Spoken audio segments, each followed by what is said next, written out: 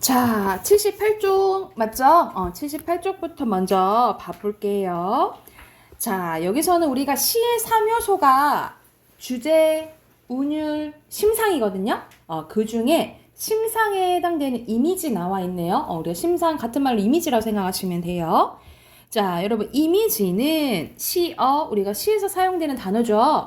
시어를 통해 마음속에 떠오르는 구체적인 눈에 보이는 거 얘기하는 거야. 선명한 인상을 이미지라고 하는데 그 중에서도 감각적 이미지를 우리가 심상이라고 해요. 심상. 그래서 자, 시의 3요소 중에 지금 하나인 이제 심상하는 거예요.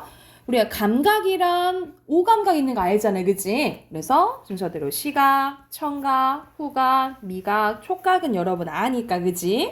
자, 근데 알아둬야 될 게 이 공감각적 심상인데요. 자, 공감각적 심상은 자, 뜻은 하나의 감각을 다른 감각으로 옮겨서 표현하는 거예요. 옮겨서 표현함으로써 둘 이상의 감각을 동시에 떠오르게 하는 걸 공감각적 심상이라고 하거든요. 그래서 이거는 감각이 다른 감각으로 옮겨진다 해서 감각의 이거라고 해요. 뭘까요? 두 글자. 그럼 초성. 옮겨져 가는 거. 즉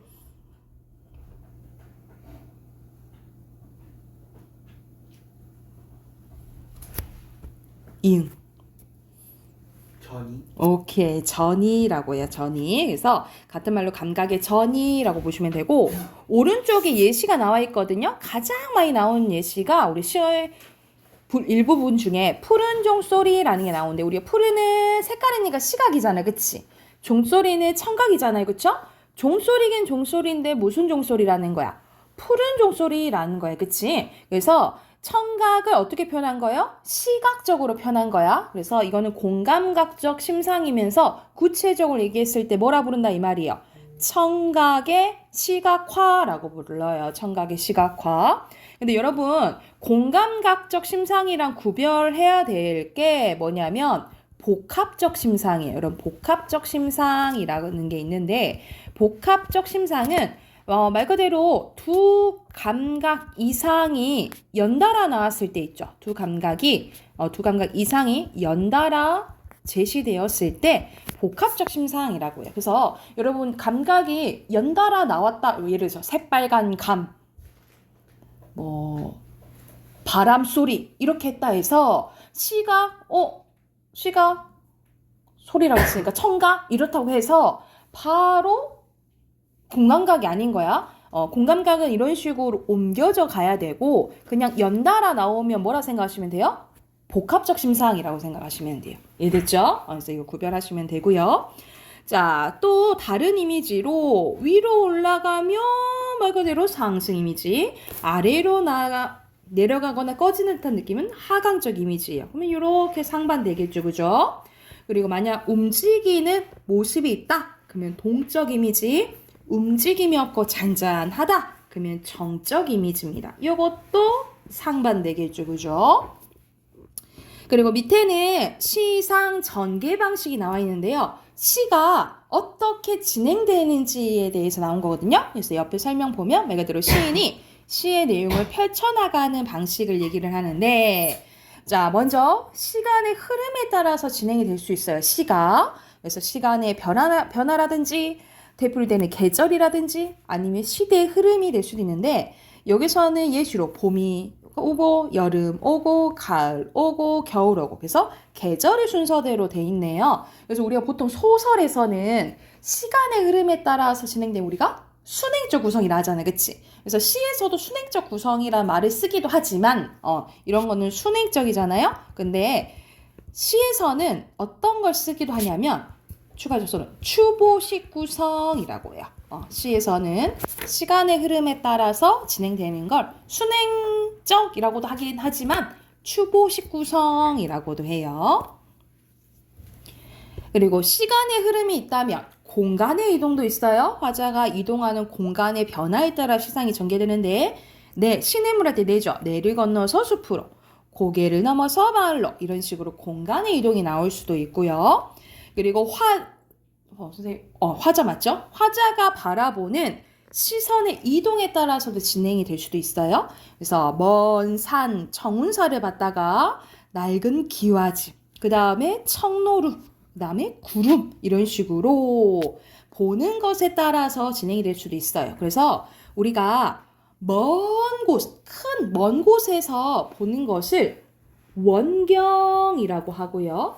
더 가까워지는 것을 근경이라고 해요. 그래서 여기서는 멀리 청운사 봤다가 가까이 있는 청노루로 갔잖아요. 그쵸? 그러면 이건 어떻게 간 거예요? 원경에서 근경으로 간 거라고 생각하시면 돼요. 반대로 근경에서 원경으로 갈 수도 있어요. 근데 여기 시에서는 원경에서 근경으로 갔다라고 생각하시면 되겠죠. 그리고 시 중간에도 대화가 나올 수도 있어요. 오늘 단어에서도 대화 나왔지, 그치? 자, 둘 이상의 화자가 등장해 서로 이야기를 주고받는 거죠. 그래서 여기서는 가사 일부분인데 저기 저 가는 각시, 가는 저 각시 어디서 본 듯도 하네 라고 하니까 너구나 을려야, 아니 너구나 감녀야 내 사정 들어볼래? 그래서 여기서는 감녀와 을려의 대화가 나오거든요. 이런 식으로 시에서도 대화 형식이 일어날 수 있다라고 보시면 될 것 같아요. 그래서 오늘은 간단하죠? 오늘 배운 게 시의 3요소 중에 심상이에요. 심상은 뭐 기억하면 돼? 오감각 중에 하나 나올 수도 있고 또 여러 개 나올 수도 있고, 근데 보통 시에서 여러분 2가지 심상 이상 나오잖아요? 그러면 다양한 심상이 쓰였다라고 보거든요. 그래서 만약 문제 풀 때 2개 이상 나오면 다양하다라고 생각하시면 될 것 같고요. 그리고 공감각적 심상은 하나의 감각이 다른 감각으로 뭐 하는 거라고? 전이 그렇지. 옮겨져 가는 거라고. 그래서 그거 참고하면서 옆에 10문제 바로 풀어볼게요.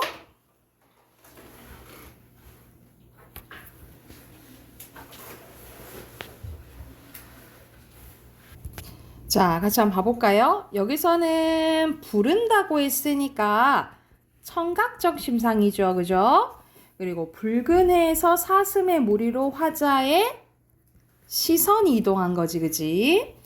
자, 밑에 시 보면은 바람 따라 같이 고고 멀어지는 물소리고 아주 바람같이 쉬는 적도 있었으면 흐름도 가득 찰랑 흐르다가 덜어는 그림같이 머물렀다 또 흘러보지. 그리고 뭐 한밤 쉬어가 보지. 이런 식으로 흐르는 거지 올라가는 건 아니죠. 그쵸?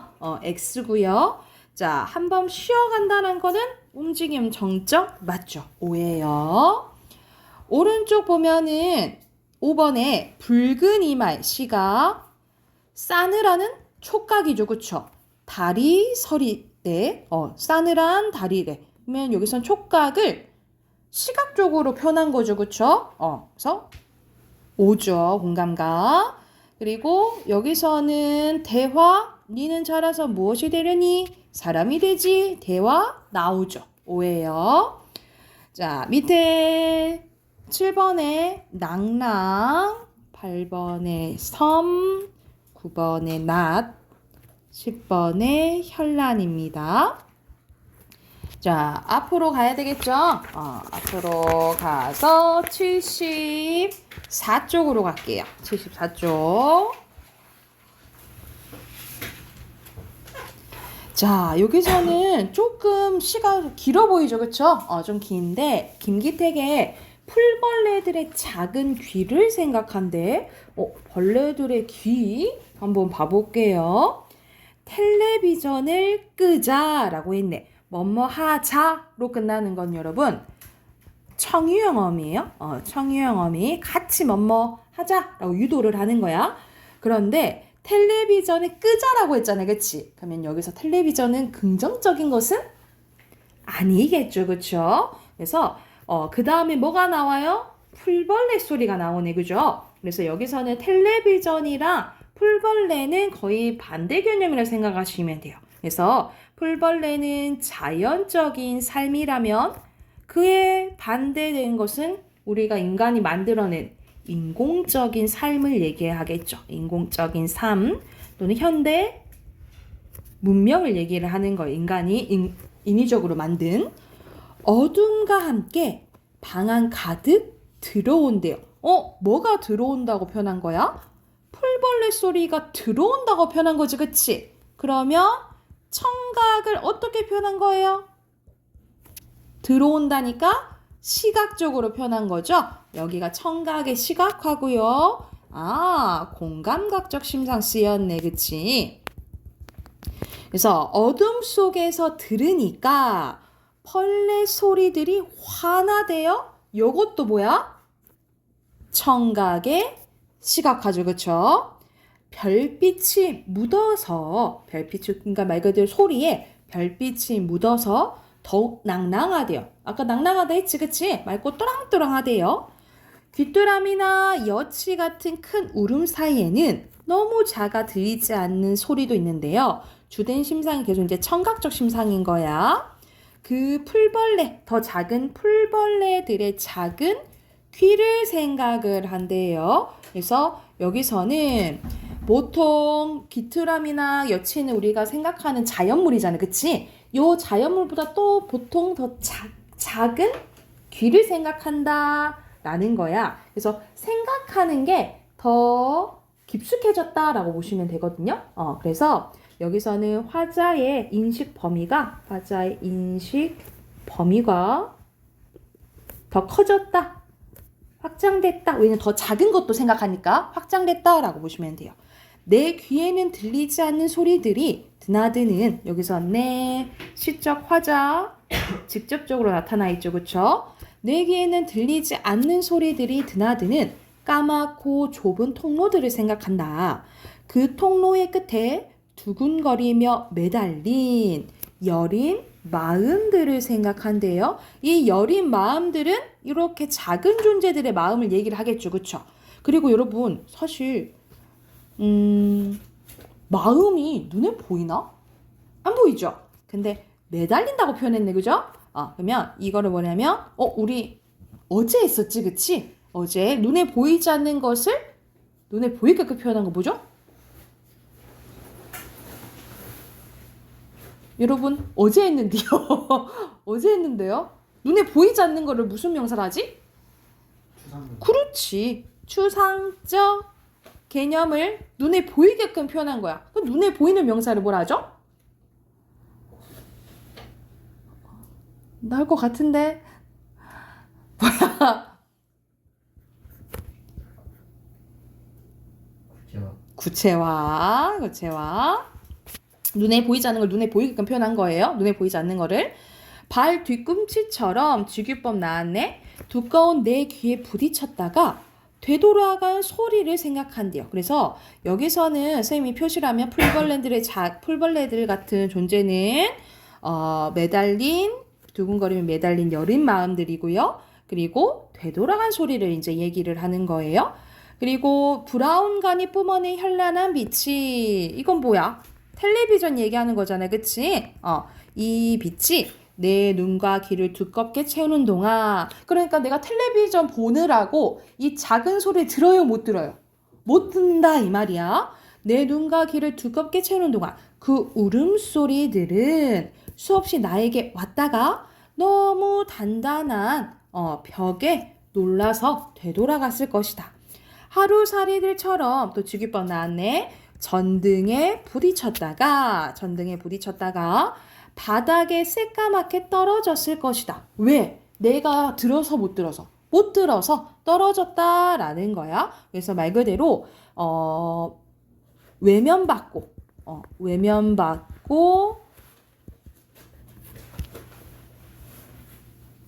소외 또는 상처를 당한 자연의 모습을 묘사한 거예요. 그러니까 우리 인간들이 현대문명에 빠져가지고 이 자연을 생각하지 못하는 걸 감각적으로 표현한 거야. 크게 밤 공기를 들이쉬니 자연의 느낌인 거죠. 허팝 속에 그 소리들이 들어온대요. 이것도 청각의 청각의 시각화죠.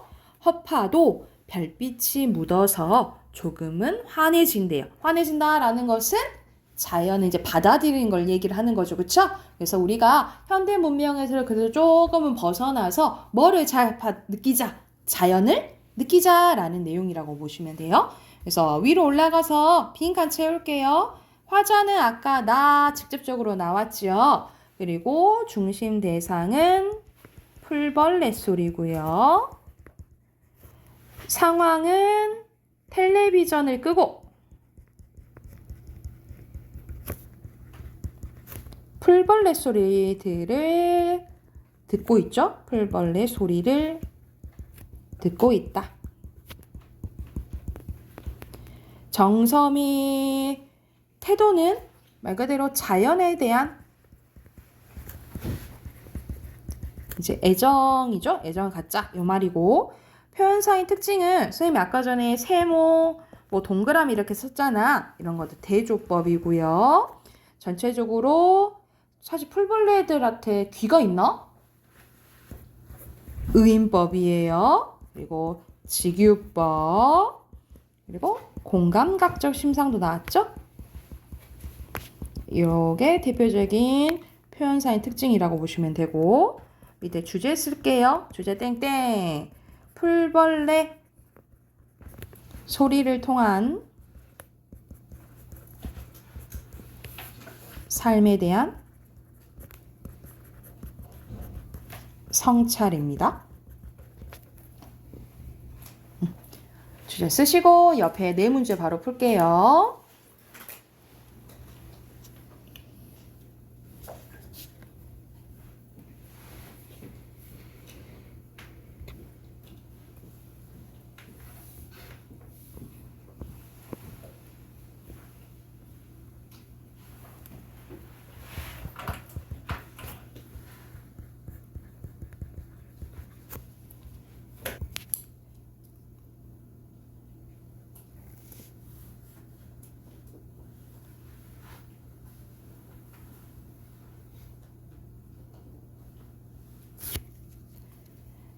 자, 순서대로 시각, 의인법 넣었죠, 그쵸? 2번에 알맞지 않은 것은?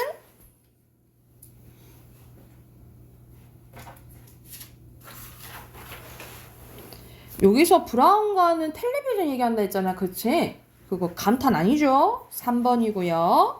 3번에 표현상의 특징 관련된 거다, 그치? 알맞지 않은 것은? 말 안 해준 게 있네. 반어법 나왔나요? 안 나왔죠? 2번이에요. 그리고 여기서는 공감각적 심상 나온 부분이 여러 부분이 있었는데 자, 3어절을 골라서 딱 쓰는 거거든요. 그래서 어디 쓰시면 되냐면 여기 쓰시면 됩니다. 벌레 소리들 화나다. 이런 식으로 여기 3어절 쓰시면 돼요. 됐을까요? 자, 뒤로 넘기면 백석의 여승이라는 이제 작품인데 여승은 여러분 여자 승려 생각하시면 돼요. 여자 스님 이야기하는 거야.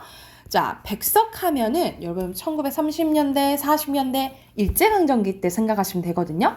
자, 우리가 유명한 일제강점기 때 신으로 우리가 윤동주 있잖아요. 그치?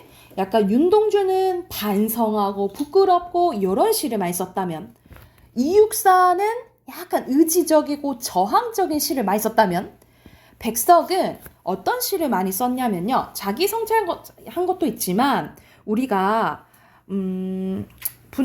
나라한테 뺏기고 우리나라에서 살기가 힘들잖아요. 그냥 대충 그린 거야. 우리나라에서 살기 힘들잖아요. 그래서 오히려 일본으로 가는 경우 있었고, 러시아로 가는 경우도 있었고, 이제 중국으로 막 이렇게 가는 경우도 있었단 말이죠. 그러니까 말 그대로 우리 민족이 헤어지는 경우가 많았다라는 거예요. 그러니까 우리 민족의 해체고로 가족 공동체가 해체되는 경우가 많았어요. 그래서 그거에 대해서 안타깝고 우리 다시 합쳐줘야 되지 않을까? 이런 것에 대해서 시를 많이 쓴 사람이 누구? 백석시인이라고 보시면 돼요. 여러분 시인의 약간 경향들을 많이 알면 여러분이 모르는 시가 나와도 이 시인이 요런 시를 많이 썼었지 하면서 유추를 좀 할 수 있거든요. 그래서 여러분이 이렇게 작가마다 또 시인마다의 경향을 조금 알아두시면 좋아요. 아셨죠? 자, 먼저 1연부터 봐볼게요.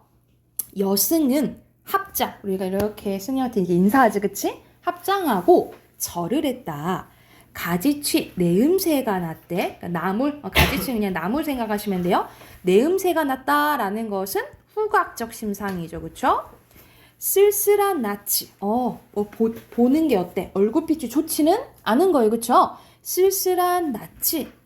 옛날같이. 직유법 늙었대. 그래서 여기서는 주된 심상이 시각적 심상이죠.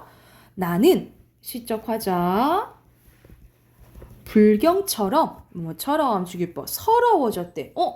이 사람이 화자가 이 여성을 보니까 서러워졌는데 왜냐하면 알고 봤던 이 사람이 아는 사람인 거야. 그러니까 봤던 사람인 거야. 그래서 여기서는 이제 회상하는 부분이요. 여기서 이제 회상하는 부분인데 평안도에 구체적인 공간이 나오네. 공간적 배경이 평안도에 어느 산 깊은 금전판이 있었는데 금전판은 금강의 일터라고 나와 있네요.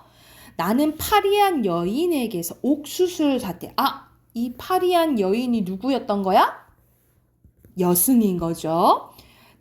여인은 나이 어린 딸아이를 따리며 가을밤 같이 직유법 차게 울었대요. 여러분 찬 거는 촉각이죠.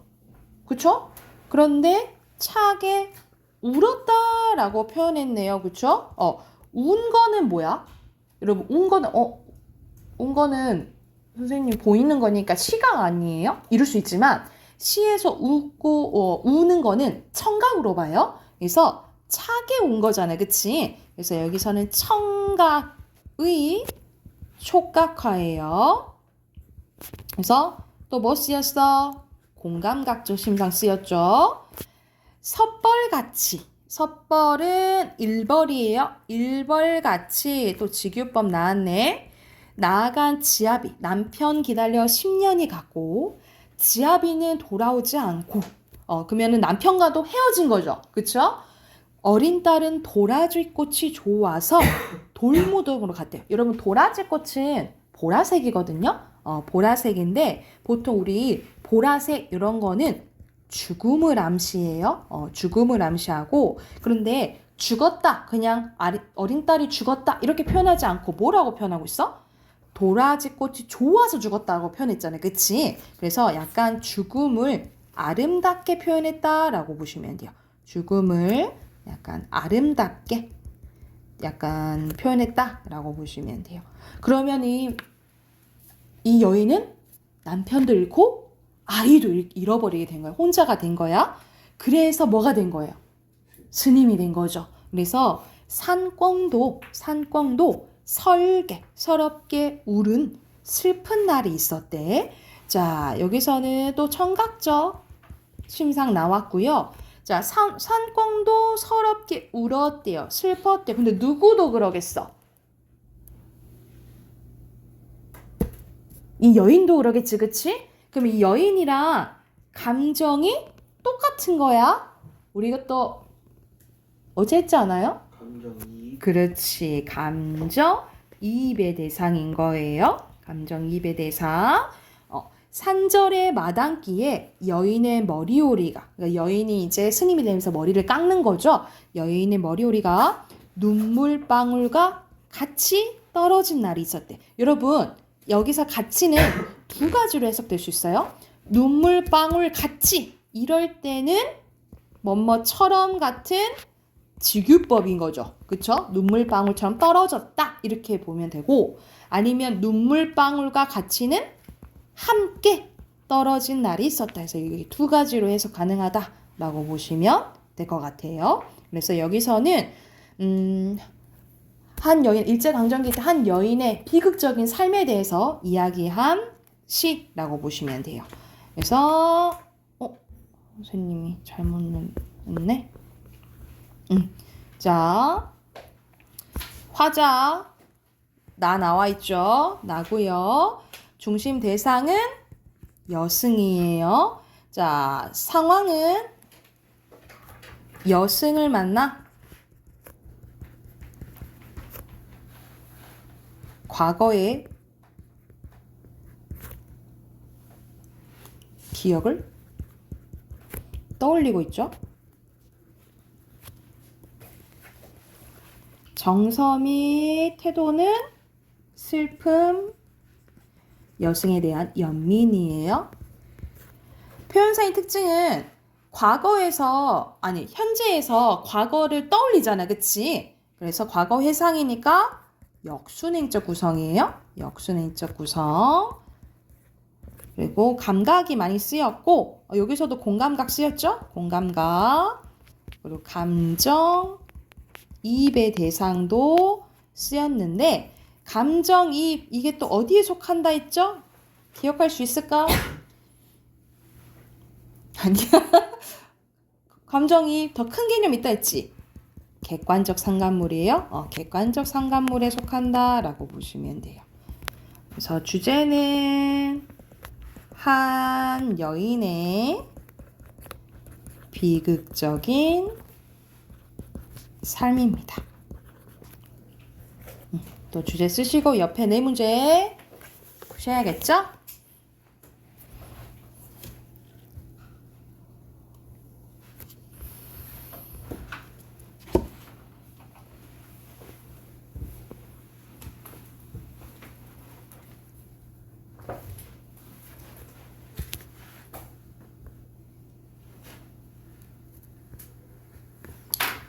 자, 5번의 순서대로 여승, 현재, 과거죠.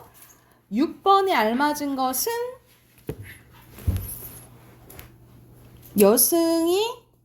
왜 여승이 됐는지에 대한 과거 이야기가 나오잖아요. 그치? 어떻게 살았는지가 나오죠. 2번이고요. 7번에 알맞지 않은 것은 과거, 후가, 내음새 나왔죠. 해악은 웃음 유발이 전혀 우스꽝스럽지 않죠. 그쵸? 3번이죠. 자, 동물이라 나왔네. 너무 쉽다. 산꿩입니다. 됐나요? 오늘 우리 비문학으로 갑시다. 오늘 8대이에요. 54쪽이에요.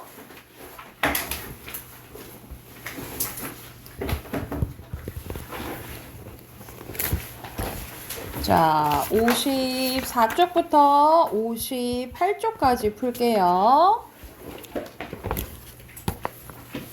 중심 문장 잘 찾아보시고.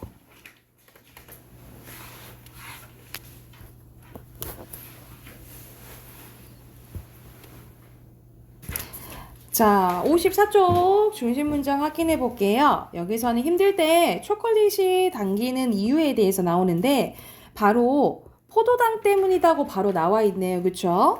이 초콜릿과 같은 단 음식에는 포도당이 많이 함유되어 있는데 포도당은 우리 몸에서 에너지원으로 사용되는 ATP를 합성하는 필수적인 요소래요. 인간을 포함한 다른 동물은 포도당과 산소를 이용해서 이 ATP를 만드는데 우리 몸은 필요에 따라서 ATP를 분해할 때 방출되는 에너지를 이용하여 운동하고 체온을 유지할 수 있대요. 그래서 여기서는 ATP가 들어있는 이 문장을 중심 문장을 보고 핵심어는 포도당이에요. 한편 우리 체중의 2%에 불과한 뇌는 우리가 소모하는 에너지 20%를 사용을 한대. 이는 온몸의 근육이 사용하는 양과 동일한 정도인데 인간의 뇌와 적혈구는 포도당만을 에너지로 사용하는데 뇌는 저장을 할 수가 없대. 그래서 잠시라도 이게 끊기면 인간은 살 수가 없다라는 거야.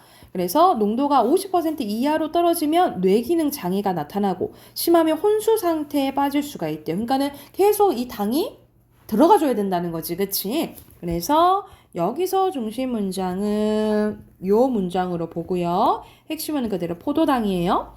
이러한 몸의 특성을 고려하며 우리 몸이 힘들거나 정신적으로 지칠 때 초콜릿이나 사탕 같은 단 음식을 찾게 되는 이유는 포도당을 섭취하기 위해서입니다.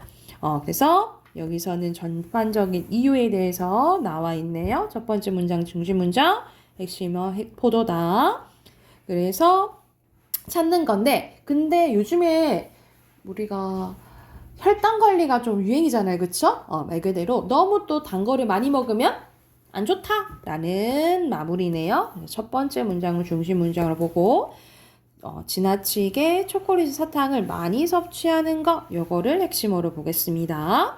그래서 1번에 포도당이고요. 2번에 가장 적절한 거 1번이라고 했죠. 그리고 3번에 포도당을 섭취하면 뇌에서 행복 호르몬인 3분단에 나와 있죠. 뭐가 분비된다 했어요? 세로토닌이고 4번에 여기서 알 수 없는 것은 여기서는 마지막에 당을 많이 섭취하면 안 좋다라고 하긴 했는데 당뇨 환자까지는 안 나오잖아. 그치? 4번이고요. 그리고 5번에 포도당 저장할 수 있다 했어? 없다 했어? 없다 했잖아. 그치? 4번이죠. 자, 뒤로 넘기면 자, 홍수 신화에 대해서 나오는데요. 첫 번째 나오는 노아 방주 이야기입니다. 노아 방주는 우리가 기독교에서 나오는 말 그대로 성경책에 나오는 이야기인데 이거는 세계적인 유명한 기독교 신화로 인간들의 악함을 더 이상 두고 볼 수 없었던 하나님이 홍수로 인간 세상을 멸망시키고자 했던 것을 시작이 됩니다. 그래서 노아에게 큰 방주를 짓게 했고 그 가족들 몇몇 짐승만 피하게 된 거죠. 그래서 이게 새로운 인류의 시초다라고 이제 보내요. 그래서 여기서 핵심은 노아와 방주입니다. 근데 우리가 노아와 방주 이야기가 우리에게 익숙한 이유는 단지 유명한 것이 아니라 닮은 이야기들이 많다 이 말이야. 그래서 특히 이 홍수 신화가 세계 여러 지역에서 많이 전해지는데 노아와 방주 역시 홍수 신화이기 때문에 우리에게 익숙하다 이 말이에요. 그래서 여기서 중심 문장은 요 문장으로 볼게요. 핵심어는 당연히 홍수 신화겠죠. 그래서 홍수 신화는 일반적으로 큰 비가 내려 온 세상 휩쓸리고 적은 수의 사람들만이 살아남아 새로운 인류를 만든다는 구조로 전 세계적으로 비슷한데요. 그럼 우리나라에도 홍수 신화가 전해질까? 대표적인 게 목도령설화라는 거야. 우리나라에 전해지는 대표적인 홍수 신화로 선녀가 땅에 내려와 낳은 아름다운 소년 목도령이 주인공이래요. 그러면 우리 목도령의 어머니인 선녀는 목도령이 7살 해던 해에 하늘로 돌아가는데 그러자 큰 비가 몇 달 동안 계속 내리는데 이때 개수나무가 목도령에게 나는 곧 폭풍우 때문에 무너진다. 너는 내 등에 올라타야 살 수 있다. 라고 말해서 이 나무를 타고 떠내려가던 목도령을 살려달라고 하는 너무 귀엽다. 개미와 모기를 만나서 그들을 구해줬다. 그래서 백두산의 신선이 됐다. 라는 이야기래요. 그래서 여기서는 우리나라의 대표적인 홍수신화도 나오죠. 근데 여기서는 왜 우리에게 홍수신화가 발달됐을까? 우리 세계적으로 왜 그러냐면 마지막에 나와 있어요. 사람들은 홍수라는 자연재해에 대한 두려움을 신과 같은 초월적 존재와 연결하게 생각하게 되었고 이러한 인식이 사람들 사이에서 진화와 전설로 남게 되었다라는 게 그들의 학자들의 생각이다라는 내용이네요. 핵심어 홍수신화예요. 자, 6번에 당연히 홍수신화고요. 7번에 적절한 것은 3번. 8번에 적절한 것은요. 여기서 앞에서는 노아의 방주, 뒤에서는 목도령 설화, 예시 나오는 거죠. 그쵸? 3번이고요. 9번에 적절하지 않은 것은 여기서는 노아의 방주와 목도령 설화의 약간 거의 차이점이네요. 그쵸? 공통점과 차이점인데 공통점이 아닌 거 고르면 되겠구나. 그치? 신이 나오는 거는 뭐죠? 신이 나오긴 하는데 처벌 내린 거는 기억만 해당되겠죠. 그쵸? 그래서 니은은 아니지. 5번이에요. 10번에 적절한 거 마지막에 나와 있죠? 5번입니다. 혹시 이상하면 얘기하세요. 됐나요? 넘어가 되겠어요? 자, 뒤로 넘겨서 리을, 기역, 니은 디귿이고요. 5번에 터전, 신화, 분비, 농도. 9번에 절충한, 혼수 상태, 초월적, 범람, 자부심. 상반되는 건 반대되는 거, 함유된 건 포함되어 있는 거죠? 우리 마지막 문법관 해봅시다. 답 확인해야 되죠? 28쪽이에요.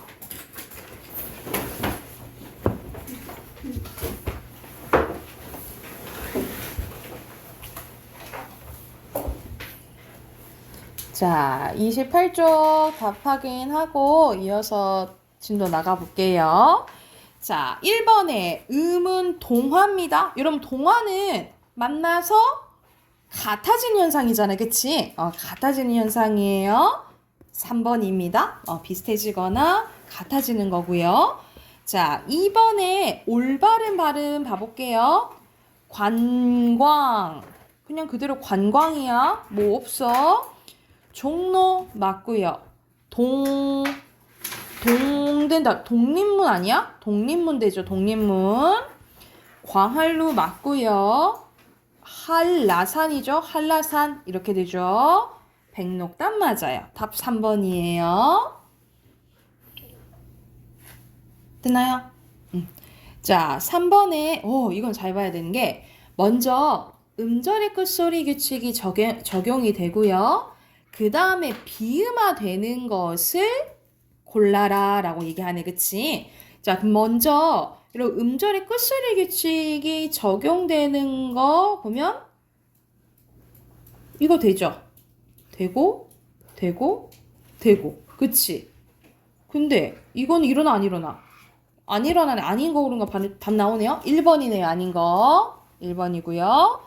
4번 갈게요. 4번에 자, 여러분 세로로 보면 얘가 비음하고 얘가 유음화야. 오케이? 그럼 선생님 먼저 세로로 볼게. 먼저 비음화 볼게요. 국리 맞아요. 담력 맞아요. 밟는 맞아요. 손가락 되잖아. 된 소리 되서 아니에요. 온맵시 이건 맞네. 그쵸? 그쵸?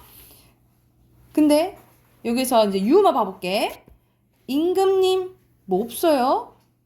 준비물 뭐 없어요? 그죠? 줄 넘기 맞죠? 찰나 맞죠? 이거는 백로 비음하니까 아니죠. 오케이? 여기 다 표시하시고 그러면 공통적으로 3번이 답이겠네. 그쵸? 표시 다 했나요? 됐나요? 자, 5번에 선생님 이거 설명해줬지? 기억나죠? 순행, 역행, 상호야. 실내 뒤에 게 바뀌었으니까 이건 순행이야. 그치? 닦는다. 이거 앞에 게 바뀌었으니까 역행이야. 그럼 1번 아니 2번이네. 그치? 자, 미, 다, 치. 여러분, 디귿이 이를 만나서 지읒으로 바뀌는 거잖아. 이 앞에서 바뀌는 거죠. 이 앞에서 바뀌는 거야. 역행이에요. 그래서 답은 1번입니다. 나머지는 역행이고 1번만 순행이야. 자, 6번에 올바른 거 끝을 항로 마디 머리수 치 거짓말 5번이고요. 올바른 거. 나머지 거 고치시고. 됐을까요? 자, 국외음악 찾아봅시다. 붙이면 낱낱이, 굳이, 사사치. 선생님, 이거는요? 이건 그냥 지읒이 여러분. 연음된 거야? 국외음악 일어난 거? 아니야. 3번이에요. 자, 그러면 여러분 8번은 뭐 물어보는 거냐면 선생님 그러면 국외음악 왜 일어나는 거예요? 라고 물어보는 거거든요. 여러분 음운 변동 크게 생각해봐. 음운 변동은 왜 일어난다 했죠? 발음 편하게. 편하게 하려고. 근데 자 구체적으로 보면은 디귿 티읕이 이를 만나 지읒 치읓으로 바뀌는 거잖아요. 그쵸? 사실 디귿이 이 디귿 티읕이 지읒 치읓보다는 이에서 멀어서 그런 거예요. 그래서 더 가까운 지읒 치읓으로 바뀐다라고 생각하시면 되거든요. 그래서 어떻게 쓰면 되냐면 디귿 티읕이 소리 나는 위치보다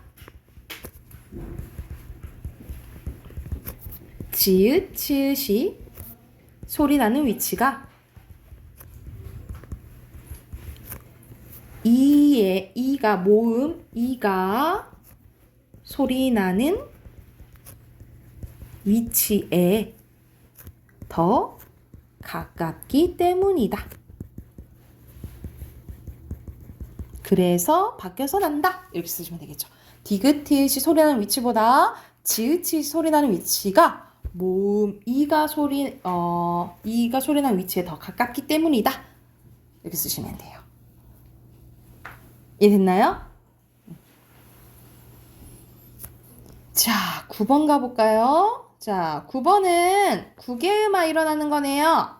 2개 있어요. 여다지, 가을거지. 이것도 밖에 없어요. 자, 10번 갈게요. 10번은 어떻게 발음 나냐면 연음돼서 겉이 이렇게 발음 나지.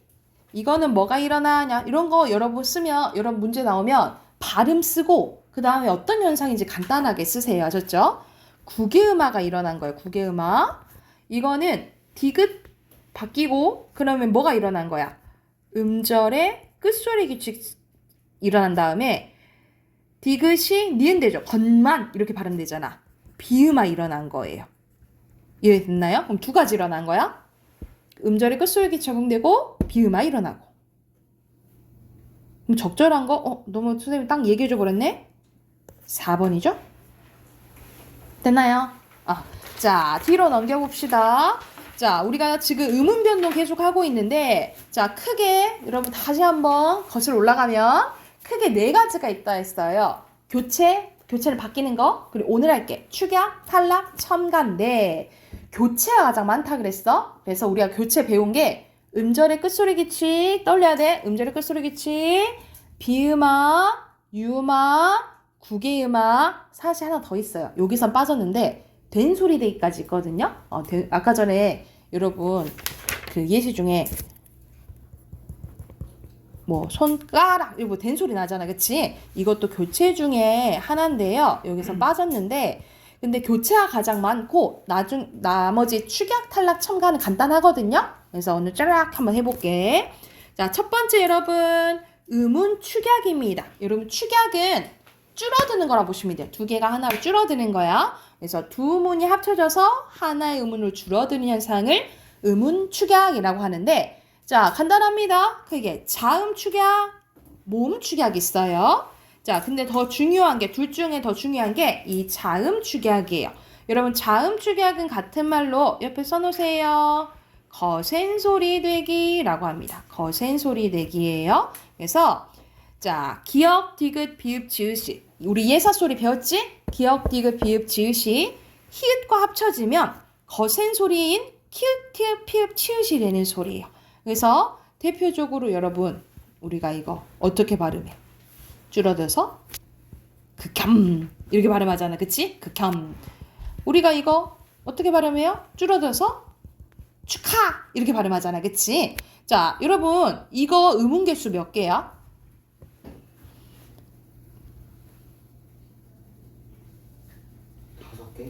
오케이, 5개. 요거는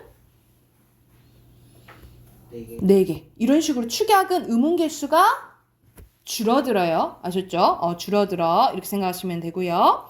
간단하죠? 그래서 국화, 많다, 잡히다, 옳지. 이렇게 줄어드는 게 자음 축약. 같은 말로 거센 소리 되기라고 기억해 두시면 되고요. 자, 모음 축약은 여러분 따로 외울 필요가 없어. 왜냐면 자연스럽게 합쳐지기 때문이야. 여러분, 되었다 줄여봐. 뭐야? 됐다. 됐다잖아. 그치? 하였다는? 했다. 이거는 자연스레 줄어드는 거니까 따로 외울 필요는 없어요. 그래서 축약에는 크게 두 가지 뭐 있다? 자음 축약이랑 모음 축약이고, 자음 축약 같은 말은 거센 소리 대기 기억하시면 돼요. 오케이? 그럼 축약 끝. 넘어가. 자, 탈락 갑니다. 탈락은 말 그대로 없어지는 거야. 이것도 자음 탈락과 모음 탈락이 있거든요. 모음 탈락이 있는데, 자, 자음 탈락 보면 여러분, 자음 탈락은 자, 여기서는 리을 탈락과 히읗 탈락이 있는데 거의 단어를 형성할 때 만들어지는 거예요. 그래서 여러분 항상 기본형 생각하면 돼. 여러분 우는의 기본형 울다잖아. 리을 없어졌네? 버드나무는 원래 버들나무예요. 그리고 바느질은 원래 바늘 플러스 질이잖아. 그치? 그래서 원래 기본 형태를 생각하시면 돼요. 예를 들어 소나무도 원래 솔나무예요. 그래서 우리 솔방울, 솔잎이라고 하잖아. 그치? 그래서 기본형을 생각하시면 된다라고 보시면 되고, 히읗은 히읗으로 끝나는 어간이 모음으로 시작하는 어미와 점유사 결합할 때 탈락하는데, 말 그대로 뒤에 이런 식으로 의미가 없는 형식 형태소가 오면 히읗이 탈락되는 거예요. 나아서 쌓이다 또는 여러분 우리가 이거 조화라고 발음해? 조화 이렇게 발음해? 그다음에 조화라고 발음하잖아. 그치? 이런 식으로 뒤에 의미가 없는 모음으로 시작하는 실질 형태소가 오면 히읗이 뭐 된다? 탈락된다 라고 보시면 돼요. 오케이?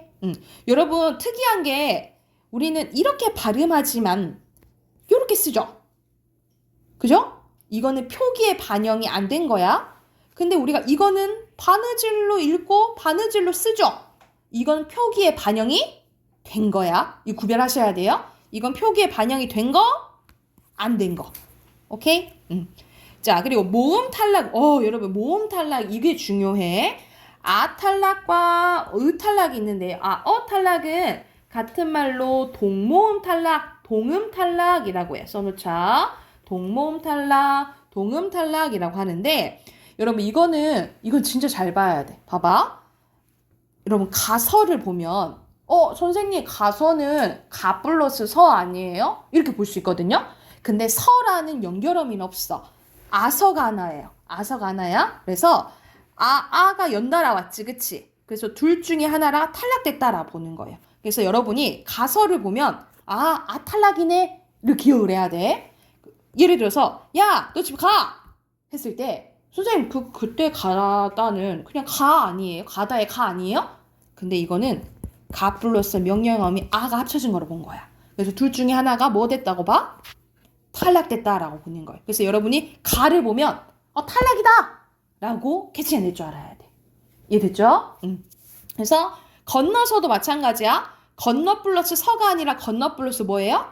어서예요. 그래서 탈락이라고 보시면 되고, 탈락도 여러분 기본형 생각하시면 돼요. 곱하서 보면 기본형이 배가 고프다잖아. 가 없지? 탈락이네. 써서는 쓰다니까 가 없네. 탈락이라고 보시면 돼요. 또는 여러분 잠가는 뭐야? 잠가? 기본형이 뭐야? 문 잠가 할 때 잠? 그다죠? 플러스 아야. 그래서 이것도 뭐 탈락? 탈락이라고 보시면 돼요. 이해됐나요? 그래서 모음 탈락에는 크게 뭐 있다? 탈락과 탈락이 있는데 탈락은 같은 말로 뭐라 한다고? 동모음 탈락이라고 한다고요. 이해됐나요?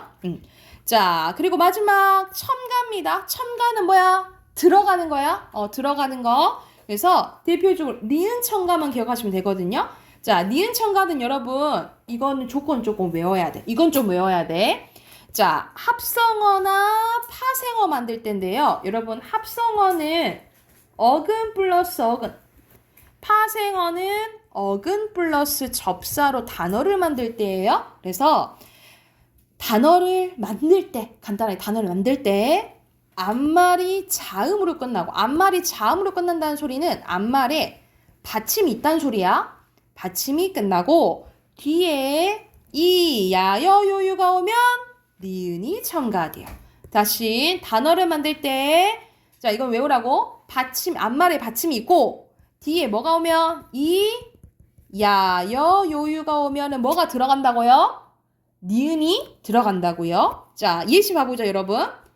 손 플러스 이불이야. 손 플러스 이불. 그런데 여기서 앞에 받침이 있죠? 그 다음에 이, 야, 여, 요 중에 뭐가 왔어? 이가 왔죠?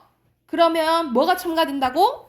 니은이 첨가된다고. 그래서 어떻게 발음한다고요? 솜니불 이렇게 발음한다고. 솜니불 이렇게 발음한다고. 이것도 마찬가지야. 맨입도 앞에 받침 있죠?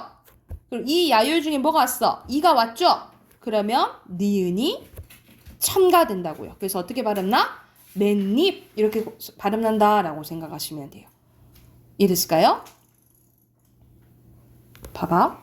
오른쪽 예시 하나 더 볼게. 한여름 할 때도 니은 뒤에 여가 왔으니까 니은 첨가 일어나는 거고요. 여러분 밭일 봐보자. 밭 플러스 일이야. 그치? 이거는 어떤 일이 먼저 일어나냐면 디귿이 되죠. 이거 무슨 현상이야? 끝소리. 그렇지. 써나 음절의 끝소리 기출 먼저 적용이 되고 근데 앞에 받침이 있고 뒤에 이가 있다. 그럼 뭐가 된다고? 니은 첨가 일어난다고. 그죠? 니은 첨가 일어나. 디귿과 니은이 만났다. 근데 니은이 됐네. 그치? 이거 무슨 화? 유. 비읍. 비음화. 비음화. 그래서 여러분 음절의 끝소리 규칙은 교체에 속하고 비음화도 교체에 속하잖아. 그치? 그래서 이 밭일이라는 단어는 교체가 몇 번 일어나고 2번 일어나고 첨가가 1번 일어난다라고 보시면 돼요. 이해됐을까요? 그래서 여러분 이거 진짜 중요해. 그래서 선생님이 여러분 이제 고등학생 되는 언니 오빠들, 형 누나들이 이것 때문에 계속 이게 가장 어렵다고 해. 지금 선생님 하고 있거든요. 지금 이것도 진도 나가고 있는데 가장 계속 어려워해요. 그래서 이 부분은 여러분 고등학교 때 갔을 때 완전 단골 문제니까 기본적으로 알아두셔야 돼요. 아셨죠? 그러면 여기 뒷부분 선생님이 숙제로 내줄게요. 31쪽부터 어디까지만 해내면 좀만 내줄게. 33쪽 여기까지는 해올 수 있겠죠? 33쪽까지 토요일까지 꼭 해오세요. 아셨죠?